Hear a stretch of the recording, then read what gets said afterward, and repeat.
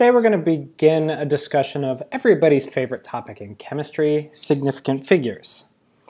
So the way that we're going to start this is we're going to start talking about accuracy versus precision. Okay, so from your reading, you should know that accuracy is how close data are to a target. All right, notice, this is just small beans, but notice that I say data are instead of data is, okay? Data are plural. The singular of data is datum, okay? That's singular, this is plural. So how close data are to a target? Now this target could be an accepted value, could be the bullseye of a dartboard. It could be a lot of different things, but it's how close the data are to a target. Okay? So precision then is how close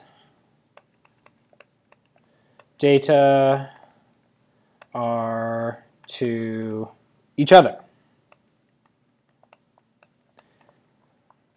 All right, so let's kind of go through some examples, all right? So here's a pictorial example, the sort of quintessential, here's a dartboard, let's talk about it. Okay? So for each of these, I'm going to answer the question, is it accurate? And is it precise?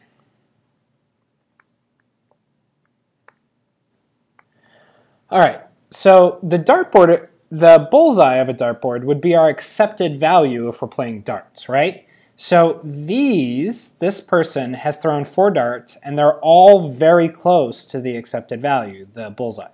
So we're going to go ahead and say, yes, that is accurate. Precise? Oh yeah, they're all right next to each other. So this is both accurate and precise. This is ideal, these are ideal data, all right? Now here, this is it accurate? Well, no, it's not very close to the bullseye. Is it precise? Well, yes. All the throws, all the data went to roughly the same place, okay?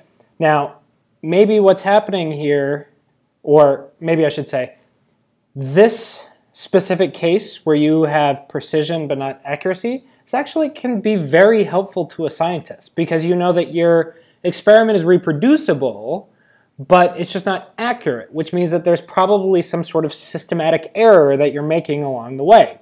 Like with this person, maybe they should try maybe they should turn their body a little bit, and that would get them to the right place, or something like that. Okay? Now this person, when they throw, this is more like what it looks like when I throw darts. It's not accurate because their average position isn't close to the bullseye, and it's not precise either because the throws aren't very close to each other. All right? Now, here's one that's interesting. Is it accurate? Well, the average position of all of the throws is the bullseye. So yes, that would be considered accurate. Is it precise? Well, no. Okay?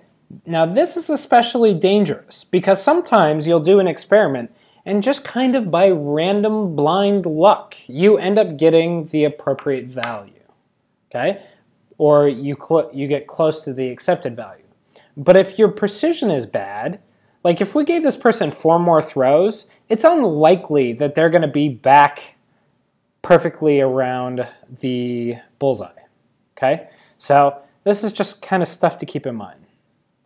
Now the other, obviously we're not going to be throwing a lot of darts in chemistry, but we will be looking at a lot of data tables. So here's some room temperature readings by Johnny, Sally, and Mr. Ryan. And let's say for the case of argument that the accepted value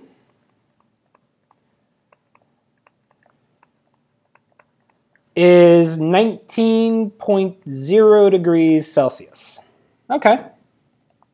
So let's take a look at Johnny. Now, Johnny this is interesting because his values only vary in this last decimal place, which means that he's precise, okay? He's precise, but his average temp is not close to the accepted value, so he's not accurate. Sally, on the other hand, was awesome. She was both precise and accurate. And that's kind of ideal, right? And then there's Mr. Ryan. Who doggy, values everywhere, so not accurate, or sorry, not precise, but my average ends up being near the accepted value. So that means that I am accurate. Now, with Johnny, it's probably just that he's reading the temperature scale, or the temperature probe wrong. And it's like, Johnny, that's a 9, not a 3.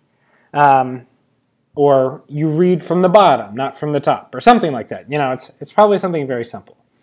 Mine, I apparently just don't know how to read a thermometer. Embarrassing, I know, right?